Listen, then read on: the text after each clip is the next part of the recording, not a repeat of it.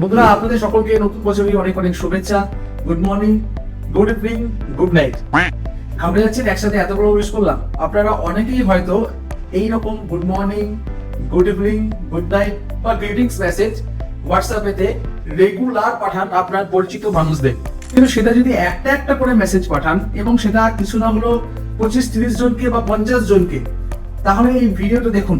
হোয়াটসঅ্যাপেতে একটা একটা করে মেসেজ পাঠানোর দিন শেষ। এর জন্য কি করবেন? হোয়াটসঅ্যাপে একটা ব্রডকাস্ট তৈরি করুন। কিভাবে তৈরি করবেন তার জন্য আমার ভিডিওটা শেষ পর্যন্ত দেখুন। তাহলে আপনার ফোনে হোয়াটসঅ্যাপ ওপেন করুন, উপরে ডান দিকে 3 ডটসে যান, নিউ ব্রডকাস্টে সিলেক্ট করুন। এবার এখানেতে অনেক নাম দেখাবে আপনার ফ্রেন্ডদের, যাদেরকে আপনি রেগুলার ডেইলি গ্রিটিংস মেসেজ পাঠান, তাদের নামগুলোকে একটা একটা করে সিলেক্ট করে নিন। সিলেক্ট করা হয়ে গেলে ওকে করে দিন। দেখুন, ওদেরকে নিয়ে একটা ব্রডকাস্ট লিস্ট তৈরি হবে। কিন্তু সেখানে কি হচ্ছে, ব্রডকাস্টে কোনো নির্দিষ্ট নাম নেই। তাহলে পরে এটা কিভাবে খুঁজবেন?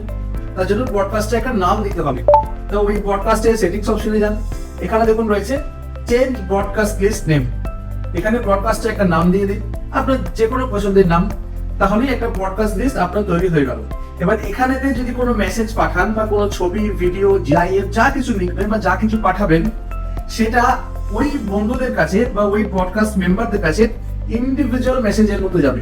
আপনার কাছে দেখে হয়তো মনে হচ্ছে এটা একটা গ্রুপ, কিন্তু এটা কোনো গ্রুপ নয়, এটা ব্রডকাস্ট। মানে আপনার কাছে এটা গ্রুপের মতো মনে হলেও আপনি এখানে যাই লিখবেন বা যাই ছবি, ভিডিও পাঠাবেন, সেটা ওই ব্রডকাস্টের মেম্বারদের কাছে ইন্ডিভিজুয়াল যাবে। যেমন আপনি কাউকে সিঙ্গেল মেসেজ পাঠালে যেমন যায়, ঠিক তাদের কাছে ওরকম সিঙ্গেল হিসেবেই আসবে।